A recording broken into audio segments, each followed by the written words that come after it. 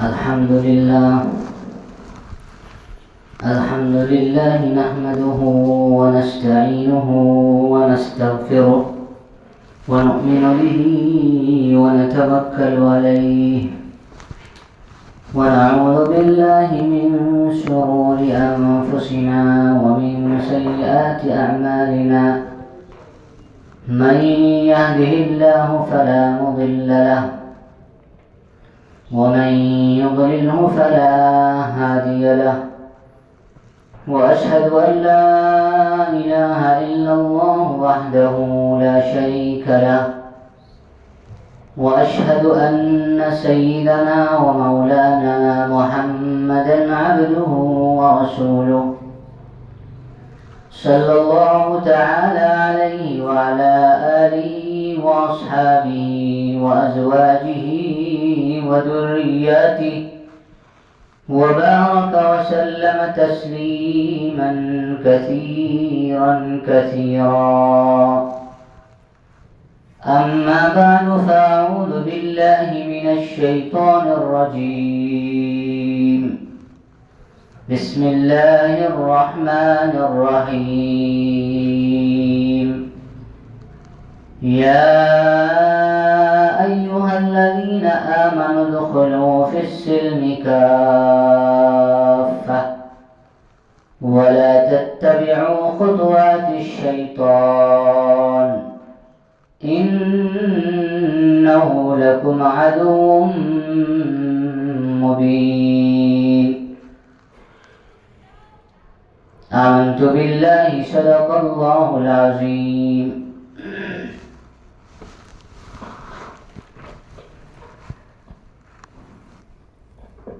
بہت ہی عزت و احترام کے مستحق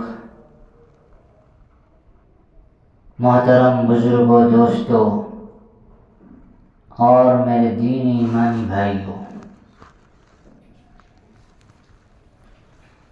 اللہ تعالیٰ کا بے انتہا فضل اور کرم ہے کہ اللہ رب العزت نے ہمیں اور آپ کو اپنا قیمتی وقت نکال کر فرائض کی ادائیگی کے ساتھ ساتھ اللہ کا حکم اور پیارے آقا جناب محمد الرسول اللہ صلی اللہ علیہ وسلم کی تعلیمات کے تعلق سے چند باتیں سننے کے لیے ہمیں اللہ نے اپنے گھر تھوڑی دیر پہلے آنے کی سعادت نصیب فرمائی۔ میرے بھائیوں، اللہ جس پر چاہتے ہیں اپنا فضل فرماتے ہیں، جسے اللہ توفیق دیتے ہیں اسے ہدایت عطا فرماتے ہیں، اور جسے اللہ ہدایت دے اسے کوئی گمراہ نہیں کر سکتا۔ من یہدہ اللہ فلا مضل لہ، اور جسے اللہ گمراہ کر دے اسے کوئی ہدایت نہیں دے سکتا۔ ومن یضللہ فلا ہادی لہ۔ میرے بھائیوں، اللہ کی توفیق اور اس کی عنایت سے ہم اور آپ اللہ کے پیغام کو سننے کے لیے، پیارے آقا محمد رسول اللہ صلی اللہ علیہ وسلم کی تعلیمات کو سننے کے لیے ہم یہاں پر جمع ہو گئے ہیں، اس میں ہمارا کوئی کمال نہیں ہے۔ ہمیں اللہ کا شکر ادا کرنی چاہیے کہ اللہ نے ہمیں اپنے وقت کو فارغ کرنے کی توفیق عطا فرمائی تاکہ ہم اللہ کے احکامات کو سنیں، آقا صلی اللہ علیہ وسلم کی سیرت اور سنت کو سنیں۔ اللہ تعالی ہم سب کے اس جذبے کو قبول فرمائے اور ہمیں ہمارے لیے دونوں جہان کی سعادت اللہ مقدر فرمائے۔ میرے بھائیوں، میں نے آپ حضرات کے سامنے ابھی ایک آیت پڑھی ہے، سورہ بقرہ کی آیت ہے۔ اللہ تعالیٰ فرماتے ہیں یا ایھا الذین آمنوا ادخلوا فی السلم کافہ۔ اللہ رب العزت نے ایمان والوں کو مخاطب فرمایا، کلمہ پڑھنے والوں کو مخاطب فرمایا، اپنے ماننے والوں کو مخاطب فرمایا کہ اے ایمان والو اسلام میں داخل ہو جاؤ مکمل طور پر۔ یہاں سے ہمیں پتہ چلا کہ ایمان ایک چیز ہے اور اسلام ایک اور چیز ہے۔ ایمان دل کے یقین کا نام ہے، زبان سے اقرار کرنا اور دل سے یقین کرنا، اس کا نام ایمان ہے۔ اس میں تو ہر کلمہ پڑھنے والا داخل ہے۔ جس نے بھی کہا اشہد ان لا الہ الا اللہ، میں گواہی دیتا ہوں کہ اللہ کے علاوہ کوئی معبود نہیں، واشہد ان محمدا عبدہ ورسولہ، اور میں گواہی دیتا ہوں کہ محمد صلی اللہ علیہ وسلم اللہ کے بندے اور اس کے رسول ہیں۔ جس کسی نے بھی یہ کلمہ پڑھ لیا اور یہ یقین اور ایمان رکھتا ہے، وہ سب ایمان والے میں داخل ہے۔ لیکن اللہ تعالیٰ ایمان والوں کو فرما رہے ہیں کہ مکمل اسلام میں داخل ہو جاؤ۔ اس سے پتہ چلا کہ اسلام بھی کوئی چیز ہے جسے ہمیں اور آپ کو اللہ نے اپنانے کا حکم فرمایا ہے کہ اے ایمان والو اسلام میں داخل ہو جاؤ۔ اسلام الگ چیز ہے۔ وہ کیا چیز ہے اسلام؟ میرے بھائیوں، اسلام کے معنی اپنے آپ کو اللہ کے حکم کے سامنے جھکا دینا ہے۔ اللہ کے حکم اور پیارے آقا جناب محمد رسول اللہ صلی اللہ علیہ وسلم کے طریقے کے سامنے اپنے آپ کو جھکا دینا اور سر تسلیم خم کر دینے کا نام اسلام ہے۔ اس کا ذکر ہمیں حضرت ابراہیم علیہ السلام کے واقعے میں ملتا ہے۔ اللہ نے اس لفظ کا استعمال فرمایا۔ حضرت ابراہیم علیہ السلام کا کیا واقعہ ہے کہ اللہ تعالیٰ نے ایک تو حضرت ابراہیم علیہ السلام کو بڑھاپے کی عمر میں اولاد نصیب فرمایا، لڑکا عطا فرمایا، نرینہ اولاد۔ میرے بھائیوں، اولاد اکلوتی ہو اور وہ بھی بڑھاپے کی عمر میں ملا ہو تو انسان کے لیے وہ کتنا بڑا سرمایہ ہوتا ہے، ہم اور آپ اس کو محسوس کر سکتے ہیں کہ لاڈلا ہے، پیارا ہے اور آپ کے کاموں میں ہاتھ بٹانے والا ہے۔ لیکن اللہ تعالیٰ نے یہ حکم دے دیا کہ اے ابراہیم، میرا حکم یہ ہے کہ تم اپنی اس چہیتی اولاد کو، اس لختے جگر کو میرے لیے قربان کر دو، اس کے گلے پر چھری چلا دو اور ختم کر دو۔ یہ اللہ کا حکم آ گیا۔ حضرت ابراہیم علیہ السلام نے اپنے آپ کو اللہ کے حکم کے سامنے جھکا دیا۔ میرے بھائیوں، عقل روتی اور گڑ گڑاتی اور سر پیٹتی ہے یہاں پر کہ حضرت ابراہیم علیہ السلام اپنی اولاد کو ذبح کرنے کے لیے تیار ہو گئے۔ یہاں پر اگر عقل کو دوڑایا جائے، عقل کا استعمال کیا جائے تو عقل کیا کہے گی؟ کسی طرح سے اولاد کو قتل کرنا مناسب نہیں معلوم ہوتا، یہ تو بے وقوفی ہوگی کہ ایک ہی اولاد ہے اور سہارا ہے، ہاتھ بٹانے والا ہے، اور اس کو بھی کیسا باپ جو اپنے بیٹے کو اپنے ہاتھوں ذبح کرنے کے لیے تیار ہو گیا؟ عقل اس کو تسلیم نہیں کرتی، اور دنیا والے بھی اپنے عقل دوڑا کر لوگوں کو یہی کہیں گے کہ یہ بے وقوف باپ ہوگا جو ایک ہی سہارا ہو اور اسے قتل کر دے۔ چنانچہ حضرت ابراہیم علیہ السلام نے اللہ کے حکم کے سامنے سر تسلیم خم کیا اور اپنے بیٹے سے جا کر جو ہے رائے لی، پوچھا کہ اے بیٹے، انی ارا فی المنام انی اذبحک فانظر ماذا ترى، میں نے خواب میں یہ دیکھا ہے کہ میں تمہیں ذبح کر رہا ہوں، سو اے میرے بیٹے تیری کیا رائے ہے، تو کیا کہتا ہے، بول۔ یہ سوال کرنا حضرت ابراہیم علیہ السلام کا اس لیے نہیں تھا کہ آپ ہچکچا رہے ہوں گے، نہیں، بلکہ آپ نے اپنے بیٹے کی آزمائش کے لیے کہ بیٹا کتنا جو ہے فرما بردار ہے اور اللہ کے حکم کے سامنے کیسے جو اپنے آپ کو جھکاتا ہے دیکھتے ہیں، لہذا بیٹے سے پوچھا ماذا ترى، تو کیا کہتا ہے بتا۔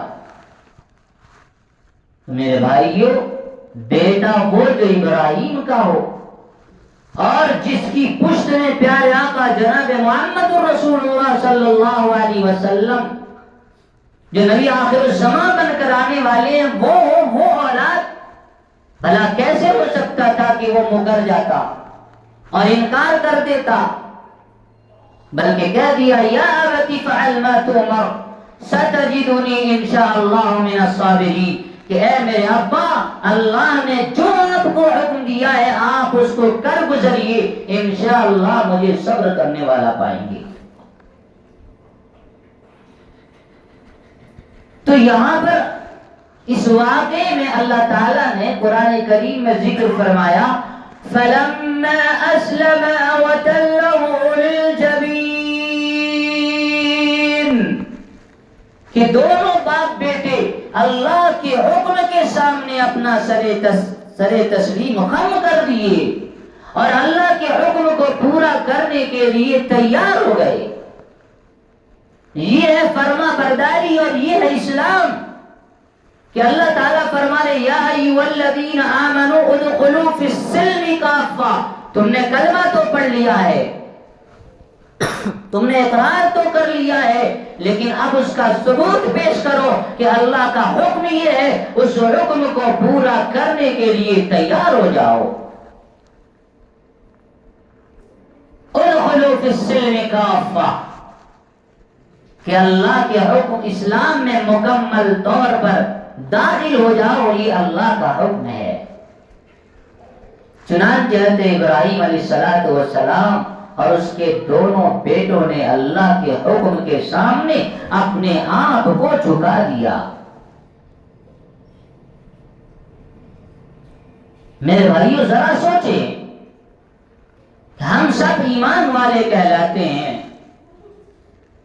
ابھی اگر ہمیں اللہ کا حکم آ جائے کہ سب کے سب تم اپنے بیٹے کو ذبح کر دو، تو کیا یہ ہمارا دل گوارا کرے گا؟ ہم تیار ہو جائیں گے؟ میرے بھائیو، بڑے اس کے لیے ایمان کی پختگی کی ضرورت ہے، اور بہت ہی مضبوط ایمان والا ہوگا وہی اللہ کے سامنے جھکے گا۔ اس لیے اللہ نے فرمایا کہ مکمل طور پر اسلام میں داخل ہو جاؤ، کلمہ پڑھ لینا کافی نہیں ہے۔ میرے بھائیو، 5 شعبے ہیں جن شعبوں پر صرف عبادات کا نام، عبادات کو پورا کر لینا یہ اسلام نہیں ہے، کہ اللہ نے نماز کا حکم دیا، نماز پڑھ لیے، روزے کا حکم دیا، روزے رکھ لیے، زکوٰۃ دے دیے اور حج کر لیے، صرف اتنا بھی ایمان نہیں ہے، اسلام نہیں ہے، بلکہ اسلام میرے بھائیو جہاں ایمان ہے وہاں عبادات ہے، وہاں معاملات ہے، وہاں معاشرت ہے اور اخلاقیات ہے. ان 5 چیزوں کا نام اسلام میں داخل ہونا ہے.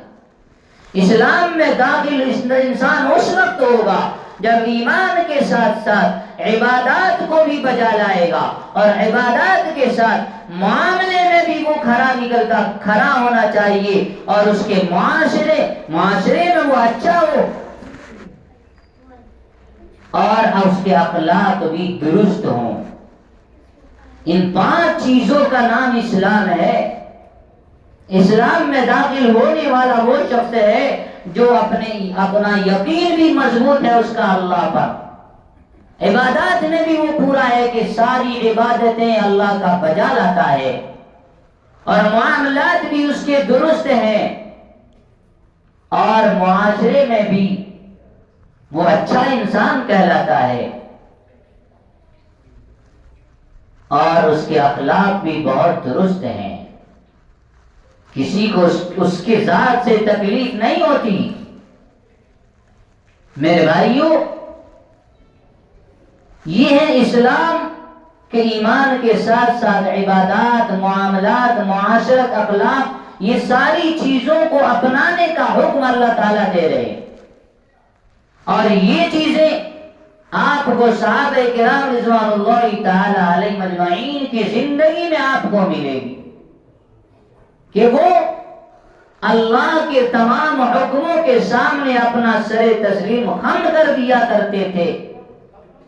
وہ سوال نہیں کری کیا کرتے. آج ہمارے ذہنوں میں اسلامی احکامات کے تعلق سے بھی سوالات پیدا ہوتے ہیں اور ہم اللہ کے سارے حکموں کو عقل کی کسوٹی پر تولنے کی کوشش کرتے ہیں اور ہم سمجھتے ہیں کہ یہ ہمارے عقل میں بات آئے گی تو ہم کریں گے. یہ عقل میں آنے والی بات نہیں ہے, لہذا ہم عمل نہیں کریں گے.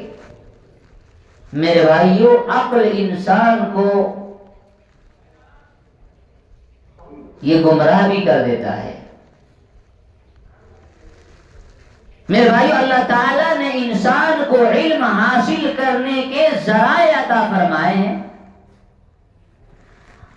یہ آنکھ سے دیکھ کر انسان علم حاصل کرتا ہے, کان سے سن کر انسان علم حاصل کرتا ہے اور زبان سے چکھ کر انسان علم حاصل کرتا ہے. کڑوا ہے, کھٹا ہے, میٹھا ہے. اسی طریقے سے ہاتھ سے چھو کر نرم ہے, کڑک ہے, اسے علم حاصل کرتا ہے. یہ انسان کے اللہ تعالیٰ نے علم حاصل کرنے کے انسان کو ذرائع عطا فرمائے ہیں جس کے ذریعے سے انسان علم حاصل کرتا ہے. لیکن میرے بھائیو, یاد رکھیے کہ ان تمام کا ایک دائرہ ہے. یہ آنکھوں کے دیکھنے کا ایک دائرہ ہے, محدود دائرہ ہے. یہ دیوار کی اس طرف کی چیز کو نہیں دیکھ سکتا.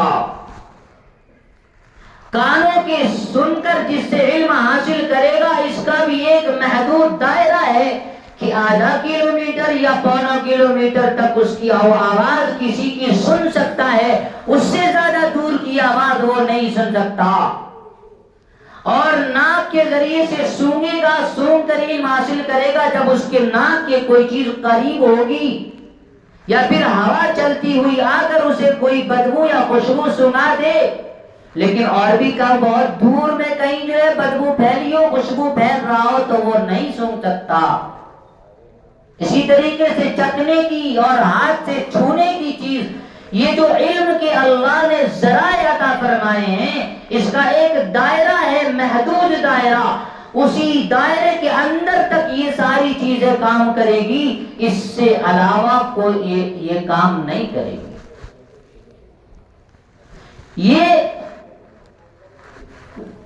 حواس کہلاتے ہیں, حواس خمسہ کہلاتے ہیں, جس کے ذریعے سے انسان علم حاصل کرتا ہے. آنکھ کا کام دیکھنا, کان کا کام سننا اور زبان کا کام چکھنا ہے. آپ غور کریں کہ جو کام آنکھ کر سکتی ہے وہ کام کان نہیں کر سکتی. دیکھنے کا کام آنکھ کرے گی, سننے کا کام کان کرے گا, لیکن کیا ایسا بھی ہوا کہ آپ آنکھ بند کر کے کان سے دیکھ لے؟ یہ نہیں ہو سکتا۔ پتا چلا کہ اس ہرے کے حدود ہیں اور دائرے میں وہ اپنے اپنے دائرے میں کام کرتے ہیں۔ جب یہ حواس خمسہ کا نمبر ختم ہو جاتا ہے تو اس کے بعد نمبر آتا ہے عقل کا۔ ہمارے آنکھ بند ہو جائے، کان بہرے ہو جائے، زبان میں چکھنے کی قوت نہ ہو، ہاتھ میں چھونے کی صلاحیت نہ ہو، تو پھر ہمارا یہ دماغ اللہ نے عقل دی ہے یہ کام کرتا ہے۔ پھر عقل بتاتا ہے، مثال کے طور پر یہ مائکروفون، اس کے بارے میں عقل یہ بتاتا ہے کہ اسے کسی ماہر کاریگر نے بنایا ہے۔ آنکھ سے دیکھ کر کیا آنکھ بتائے گی؟ نہیں، یہ بنایا کس نے ہے؟ اس کو پاور آواز کے پہنچانے کی صلاحیت کسی ہنرمند نے اسے، کسی کاریگر نے اسے بنایا ہے، اس کا پتہ عقل دے گی۔ لیکن اس کا بھی ایک دائرہ ہے وہاں پر ختم۔ اب اس کا استعمال صحیح یا غلط، جائز ناجائز، حرام یا حلال، یہ کیا بتائے گی؟ یہ عقل نہیں بتائے گی۔ عقل کا دائرہ وہاں ختم، جہاں پر عقل کام کرنا ختم ہو جاتی ہے، آنکھ کام کرنا بند ہو جاتا ہے، وہاں پر نمبر آتا ہے وحی الہی کا، اللہ کے حکم کا، کہ مثلا کوئی چیز جائز، اس کا استعمال کرنا جائز ناجائز، حلال حرام، یہ عقل نہیں بتائے گی۔ میرے بھائیو، عقل چور کو چوری کی رہنمائی کرے گی، وہاں پر عقل چلے گا اس کا کہ بھائی کیسے چوری کرنی ہے، کس وقت کرنی ہے، اور کیا کیا جو ہے حربے استعمال کرنے ہیں۔ تو پتا چلا کہ عقل جو ہے اس کے حساب سے کام کرتا ہے انسان کے، کہ اگر چور ہے، ڈاکو ہے، تو اس کو ڈاکہ کرنے کی جو ہے علم دے رہا ہے، اور اس کو دماغ دے رہا ہے، بتا رہا ہے کہ ایسے کرنا ایسے کرنا۔ اچھوں کو اچھائی کا اور بروں کو برائی کی طرف رہنمائی عقل کرتا ہے۔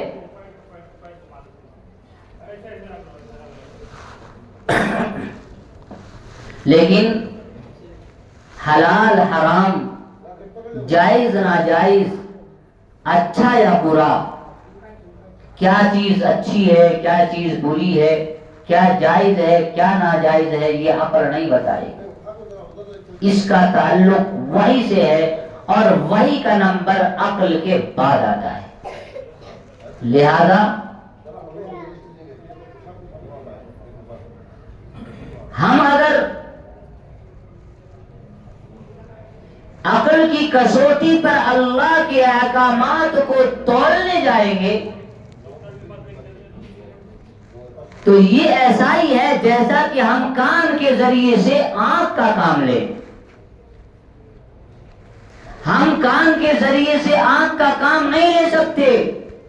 اسی طریقے سے ہم احکامات الہیہ کو اپنے عقل کے ترازو پر تولنا، یہ اسی طرح بے وقوفی ہے جس طرح ایک انسان کہے کہ میں کان سے دیکھوں گا، اور میں جب کان سے دیکھ لوں گا تو عمل کروں گا، تو میں اس معاملے کے بارے میں سوچوں گا اور کہا کروں گا۔ میرے بھائی، اسی طریقے سے احکام الہیہ پر عمل کرنے کے لیے عقل کو سامنے لانا اور کہنا میری عقل میں بات آئے گی تو میں یہ عمل کروں گا، یہ اسی طرح بے وقوفی ہے جس طرح سے انسان آنکھ کا کام کان سے لے کر لینے والا ہے، جسے لوگ بے وقوف کہیں گے۔ اسی طریقے سے احکامات الہیہ کو عقل کے کسوٹی پر تول کر انسان کہے کہ میں کا عمل کروں گا، یہ اسی طرح بے وقوف ہے۔ تو میرے بھائیو، یہ حواس خمسہ اور اس کے بعد عقل، اور پھر اس کے بعد وحی الہی کا نمبر آتا ہے، احکامات الہی کا نمبر آتا ہے۔ مثال کے طور پر مرنے کے بعد کیا ہونے والا ہے یہ عقل نہیں بتائے گا، بلکہ یہ اللہ کے احکامات وحی بتائے گی۔ اور اللہ نے اس کو بتانے کے لیے انبیاء کرام علیہ الصلوۃ والسلام کا سلسلہ شروع فرمایا اور وحی کا نزول فرمایا جو ہمارے پاس قرآنی شکل میں موجود ہے اس کے اندر یہ بتایا گیا ہے کہ اے لوگو، اگر تم دنیا کے اندر اچھائی کا معاملہ کرو گے، اسلام کی تعلیمات پر عمل کرو گے اور اس کائنات کے بنانے والے رب العالمین اور خالق السماوات والارض کا کہ حکم کی پیروی کرو گے، تو تم آنے والے جو دوسری زندگی آنے والی ہے، جو مرنے کے بعد آئے گی، آخرت جو آنے والا ہے، جس کے اندر حساب کتاب ہے، جس کے اندر اچھوں کو اچھائی کا بدلہ دیا جائے گا، بروں کو برائی کا بدلہ دیا جائے گا۔ اللہ نے جنت تیار کیا ہے اور جہنم کو مقرر کیا ہے۔ جو لوگ اچھے اعمال کریں گے اسے جنت میں داخل کیا جائے گا اور جو لوگ برے اعمال کریں گے اسے جہنم میں ڈالا جائے گا۔ یہ فیصلہ یہ عقل نہیں کرے گی، بلکہ احکامات الہیہ، وحی جو ہے اللہ کا، وہ بتائے گی ہمیں کہ مرنے کے بعد کیا ہونے والا ہے۔ ہم عقل سے پوچھیں، یہ عقل کا دائرہ ہی نہیں ہے۔ یہاں عقل کا دائرہ یہاں پر ختم ہو جاتا ہے، یہاں پر وحی کا جو ہے دائرہ شروع ہو جاتا ہے۔ لہذا یہ ساری چیزیں کامیابی اور ناکامی کے بارے میں وحی الہی بتائے گی ہمیں کہ ہم آخرت میں کس طرح کامیاب ہوں گے۔ لہذا آخرت میں کامیاب ہونے کے لیے میرے بھائیوں، اللہ تعالیٰ نے یہاں اس آیت کریمہ میں فرمایا، یا ایھا الذین آمنوا ادخلوا فی السلم کافہ، اے ایمان والو مکمل اسلام میں داخل ہو جاؤ۔ اور اسلام میں داخل ہونا صرف عبادات کر لینے سے، عبادات کو بجا لینے سے یہ اسلام میں مکمل داخل ہونا نہیں ہوا، بلکہ معاملات بھی تمہارے اچھے ہونے چاہیے۔ ایک دوسرے کے ساتھ جو معاملہ کرو اس کے اندر امانت داری ہونی چاہیے۔ حضرت سیدنا عمر رضی اللہ تعالیٰ عنہ کے بارے میں آتا ہے کہ ایک مرتبہ جا رہے تھے سفر میں اپنے لشکر کے ساتھ، اور راستے میں بھوک لگی تو جاتے جاتے ایک چرواہا ملا جو بکریاں چرا رہا تھا۔ اس چرواہے کے پاس گئے اور کہا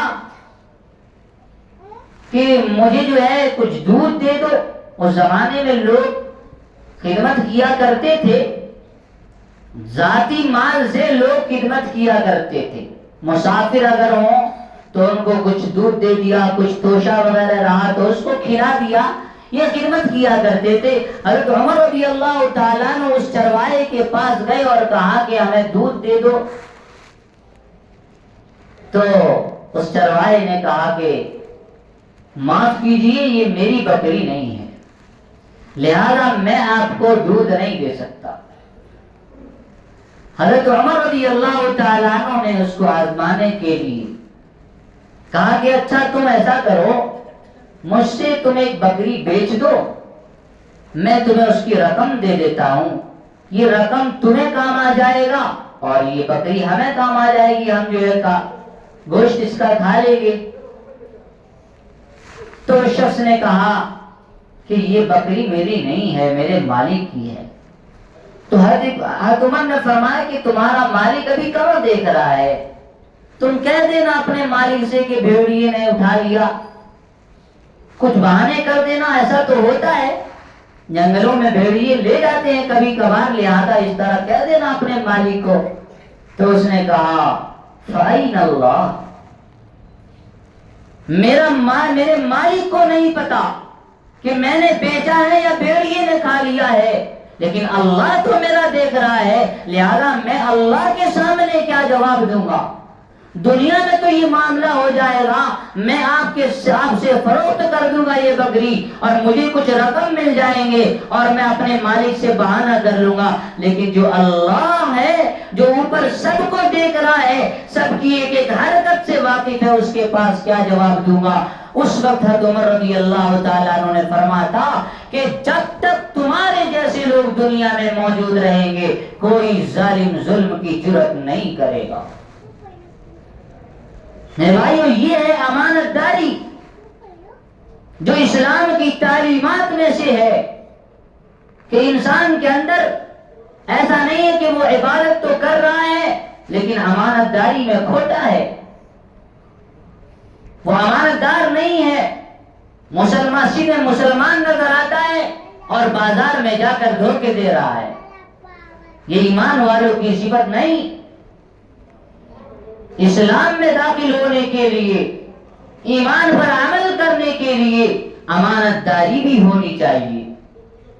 حضرت جب اللہ کے نبی صلی اللہ علیہ وسلم نے خیبر فتح کرنے کے لیے آپ تشریف لے گئے تو اس وقت اللہ کے نبی صلی اللہ علیہ وسلم کے پاس ایک چرواہا آیا یہ معلوم کرنے کے لیے کہ دیکھیں کہ اس نبی کا پیغام کیا ہے، یہ کیا تعلیمات دیتے ہیں۔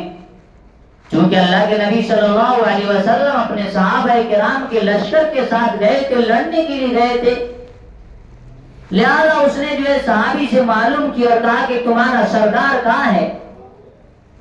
تو کہا کہ ہمارا سردار فلاں خیمے میں ہے۔ وہ سوچا کہ جب سردار ہے تو بہت ہی عالی شان بہترین اس میں ہوگا۔ جب کہا کہ اس خیمے کے اندر ہے تو بڑا حیران ہوا کہ سردار آدمی اور خیمے کے اندر، لہذا وہ گیا اور جو ہے اللہ کے نبی صلی اللہ علیہ وسلم سے ملاقات کی اور اس نے کہا کہ آپ کا پیغام کیا ہے ہمیں بتائیں۔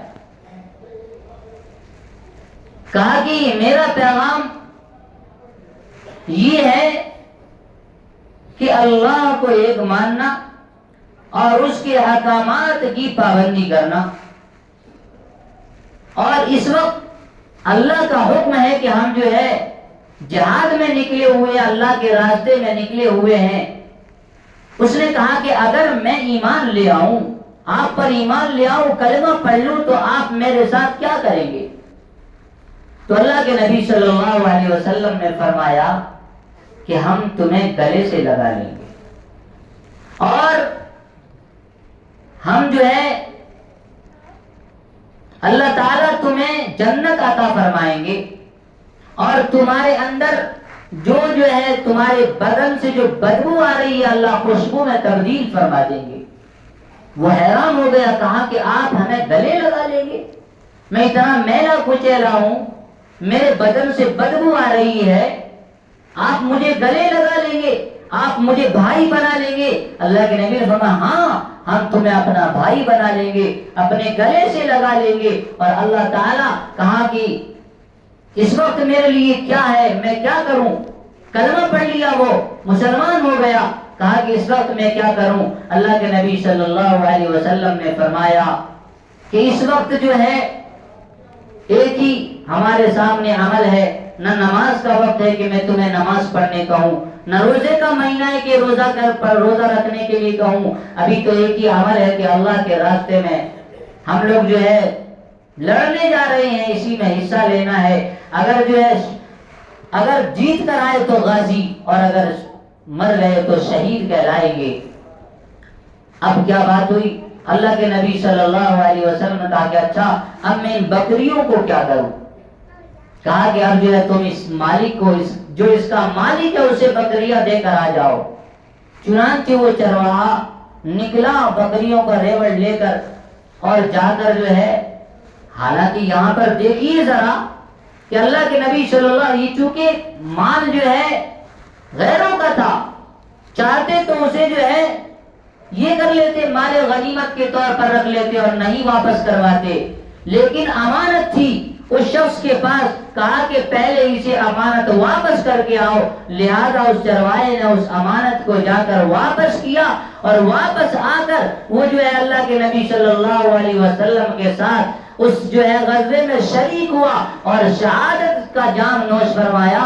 میرے بھائیوں، تو یہاں پر ہمیں کیا پتا چلا کہ اسلام اس بات کی دعوت دیتا ہے کہ ہمارے اندر اگر کسی کی ملکیت ہے، چاہے وہ غیروں کا ہی کیوں نہ ہو، اسے برباد کرنے کی اسلام اجازت نہیں دیتا، اسے ہڑپنے کی اجازت نہیں دیتا، بلکہ جو چیز ہمارے پاس بطور امانت ہے اس مالک کے پاس اس چیز کو پہنچانا، یہ ہے اسلام میں داخل ہونا۔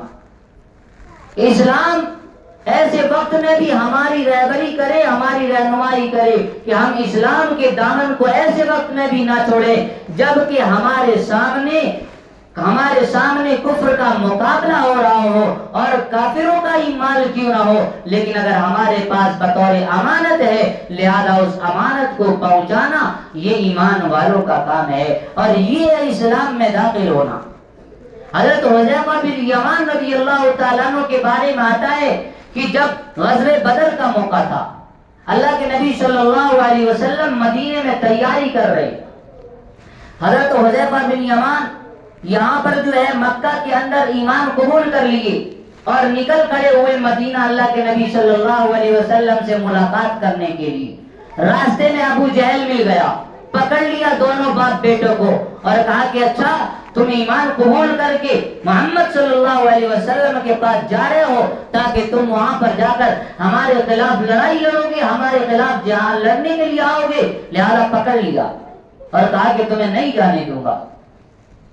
ہاں، کہا کہ اگر تم یہ وعدہ کرتے ہو کہ تم یہاں سے جا کر میرے خلاف لڑائی نہیں کرو گے، میرے خلاف تم محمد کے ساتھ نہیں آؤ گے، تب ہم تمہیں اس شرط پر، اس وعدے پر تمہیں چھوڑتے ہیں۔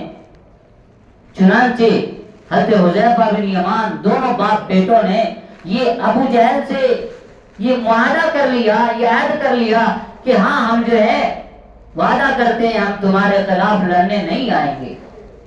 چنانچہ یہ دونوں باپ بیٹے مدینہ پہنچے۔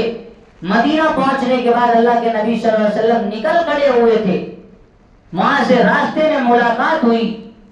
میرے بھائیو، یہ غزوہ بدر ہونے والا تھا، اور وہ غزوہ بدر جس کے اندر کیا دخول بہت بڑی سعادت کی بات تھی، جس میں حصہ لینا بہت بڑی سعادت کی بات تھی۔ اللہ کے نبی صلی اللہ علیہ وسلم نے تمام بدری صحابہ کرام کے بارے میں فرمایا تھا کہ اللہ نے ان کی مغفرت کا اعلان فرما دیا۔ ایسی جو ہے غزوہ بدر میں شریک ہونے کی سعادت کتنی تمنا رہی ہوگی حضرت حذیفہ بن یمان رضی اللہ تعالیٰ عنہ کو اور ان کے باپ کو۔ راستے میں ملاقات ہوئی، اللہ کے نبی صلی اللہ علیہ وسلم سے انہوں نے اپنا واقعہ سنا دیا کہ اللہ کے نبی صلی اللہ علیہ وسلم ہم آ رہے تھے کہ راستے میں ابو جہل مل گیا اور اس نے ہم سے یہ عہد لے لیا کہ تم کو جب ہی چھوڑوں گا جب تم یہاں سے جا کر میرے خلاف، ہمارے خلاف تم لڑنے کے لیے نہیں آؤ گے۔ یہ معاہدہ تھا، یہ وعدہ تھا۔ میرے بھائیو، اللہ کے نبی صلی اللہ علیہ وسلم کے سامنے آتے حذیفہ نے فرمایا کہ اللہ کے نبی ہم تو اس وقت جو اس کی ڈر سے کہہ دیے، ہمیں تو ان سے چھٹکارا حاصل کرنا تھا، لیکن اتنی بڑی سعادت کو ہم کیسے چھوڑ سکتے ہیں کہ کفر کے خلاف اسلام کا جو ایک چھوٹا سا نہتا 313 ہے اور وہاں ہزاروں کا مجمع ہے، یہاں پر ضرورت ہے تعداد کی اور لوگوں کی اہم ضرورت ہے، اس کے باوجود ہم نہ جائیں، یہ ہمارے لیے کتنی بڑی جو ہے ہمارے لیے خسارے کی بات ہے۔ اللہ کے نبی صلی اللہ علیہ وسلم اجازت فرما دے، لیکن میرے بھائیو اللہ کے نبی صلی اللہ علیہ وسلم نے فرمایا کہ نہیں حذیفہ، نہیں، تم بھلے ہی کفار سے معاہدہ کر کے آؤ، چاہے وہ جس سے تم نے وعدہ کیا ہے سامنے والا مومن مسلمان نہیں ہے تو کیا ہوا، کافر ہے تو کیا ہوا، لیکن چونکہ تم نے ان سے وعدہ کیا ہے لہذا تمہارے لیے اس وعدے کو پورا کرنا اس اہم عمل سے زیادہ ضروری ہے۔ یہ ہے اسلام کی تعلیم کہ اگرچہ تم نے کفار سے وعدہ کر لیا ہے، بھلے ہی اتنا بڑا جو ہے جنگ ہونے جا رہا ہے اور اتنے جو ہے سعادت ملنے والی ہے ان لوگوں کو، ان بھلے ہی ان تمام سعادت سے محرومی ہو جائے، لیکن اسلام کی تعلیم یہ ہے کہ ایسے وقت میں بھی تم ان سے کیے ہوئے وعدے کے خلاف نہیں جا سکتے۔ لہذا اللہ کے نبی صلی اللہ علیہ وسلم نے حضرت حذیفہ اور بن یمان اور ان کے باپ یمان دونوں کو اتنی بڑی جو ہے بابرکت غزوے میں شریک ہونے سے منع فرما دیا اور کہا کہ تم شریک نہیں ہو سکتے۔ میرے بھائیو، یہ ہے اسلام کی تعلیم کہ چاہے کتنے ہی مسئلے کیوں نہ ہو، چاہے ہم جو ہے آج ہم کیا کرتے ہیں، ہم حکمتیں ڈھونڈ لیتے ہیں اور بہانے نکال لیتے ہیں کہ ارے ایسے وقت میں ایسے وقت میں ہم کیسے جو ہے وعدہ وفائی کر سکتے ہیں؟ اسلام کو نقصان ہو جائے گا۔ میرے بھائیوں، اسلام کو نقصان کوئی نہیں، اسلام کا تو کوئی نقصان نہیں کر سکتا۔ ہمارا اور آپ کا نقصان ہوگا جب ہم اسلام پر عمل نہیں کریں گے، اسلامی تعلیمات پر عمل نہیں کریں گے، ہم اپنے اخلاق کو درست نہیں کریں گے، معاملات ہم اپنے اچھے نہیں کریں گے، معاشرے میں ہماری اچھائیاں نہیں ہوگی، تو پھر میرے بھائیو اسلام کو اس سے جو ہے نقصان ہوگا۔ اسلام کو کوئی نقصان نہیں پہنچا سکتا۔ اللہ کے نبی صلی اللہ علیہ وسلم نے فرمایا تھا المسلم من سلم المسلمون من لسانه و یده، مسلمان وہ ہے کہ جس کے زبان یا ہاتھ سے کسی دوسرے مسلمان کو تکلیف نہ پہنچے۔ آج ہم نماز، میرے بھائیوں، یہ ساری چیزیں بھی ان اہم عبادات میں سے ہے اور ان منہیات میں سے ہے جو قرآن کریم میں حرام قرار دیا گیا کہ کسی مسلمان کو تکلیف پہنچانا یہ بھی حرام ہے۔ اگر مسلمان کو ایک طرف تکلیف پہنچا رہے ہیں، دوسری طرف عبادتوں پر عبادتیں کرتے جا رہے ہیں، میرے بھائیو اسی طرح گناہ ملے گا جس طرح سے شراب پینے والا حرام کام شراب پی کر وہ گناہ کما رہا ہے، اسی طرح ایک مسلمان کو تکلیف پہنچانے والا اور اللہ کے نبی صلی اللہ علیہ وسلم کی تعلیمات کو ٹھکرانے والا وہ بھی اسی طریقے سے حرام کام میں مبتلا ہے جس طرح ایک شرابی شراب پی کر حرامی میں مبتلا ہے، جس طرح ایک زانی زنا میں پھنس کر وہ حرام کاری میں مبتلا ہے۔ اسی طریقے سے یہ معاملات کے لائن ہو، معاشرت کے لائن ہو، اخلاقیات کا معاملہ ہو، ان معاملے میں بھی کوتاہی کرنے والا وہ حرام کا ارتکاب کرنے والا ہے اور وہ گویا کہ مکمل اسلام میں داخل نہیں ہوا۔ اس لیے اللہ تعالیٰ نے آیت کریمہ میں ایمان والوں کو حکم دیا، یا ایھا الذین آمنوا ادخلوا فی السلم کافہ، اے ایمان والو مکمل طور پر اسلام میں داخل ہو جاؤ۔ یعنی کہ تمہارے عبادات بھی مکمل ہونی چاہیے، تمہارے معاملات بھی درست ہونے چاہیے، تمہارے معاشرت بھی تمہارا جو ہے اچھا ہونا چاہیے اور تمہارے اخلاق بھی درست ہونے چاہیے۔ اللہ کے نبی صلی اللہ علیہ وسلم نے فرمایا تھا من لم یوقر کبیرنا ومن لم یرحم صغیرنا فلیس منا، جو ہمارے بڑوں کی قدردانی نہ کرے، عزت نہ کرے، اور جو ہمارے چھوٹوں پر شفقت سے پیش نہ آئے، وہ ہم مسلمانوں میں سے نہیں ہے، فلیس منا، وہ ہم مسلمانوں میں سے نہیں ہے۔ یہ اخلاقیات کہ جس پر عمل کرنے سے میرے بھائیوں ہم اسلام میں داخل ہونے والے بنیں گے۔ ہم ایمان والے ہیں، ہر کلمہ پڑھنے والا ایمان والا ہے، لیکن اسلام ایک اور چیز ہے کہ اس کو اعمال کے ذریعے سے ایمان کو سنوارنا ہے، عبادات کے ذریعے، معاملات، اخلاق اور معاشرت کے ذریعے سے جب ہم سنواریں گے ایمان کو، تب ہم مکمل ایمان میں اور اسلام میں داخل ہونے والے بنیں گے۔ اللہ تعالی ہم سب کو کہنے سننے سے زیادہ عمل کی توفیق عطا فرمائے اور ہمیں ہر معاملے میں پیارے آقا جناب محمد رسول اللہ صلی اللہ علیہ وسلم کے طریقے اور اللہ کے احکامات کو سامنے رکھ کر زندگی گزارنے کی توفیق عطا فرمائے۔ وما توفیق الا باللہ۔ سنت آخر میں درخواست ہے کہ سبھی حضرات جاتے ہوئے جہاں تک ہو سکے تعاون کرتے ہوئے جائیں۔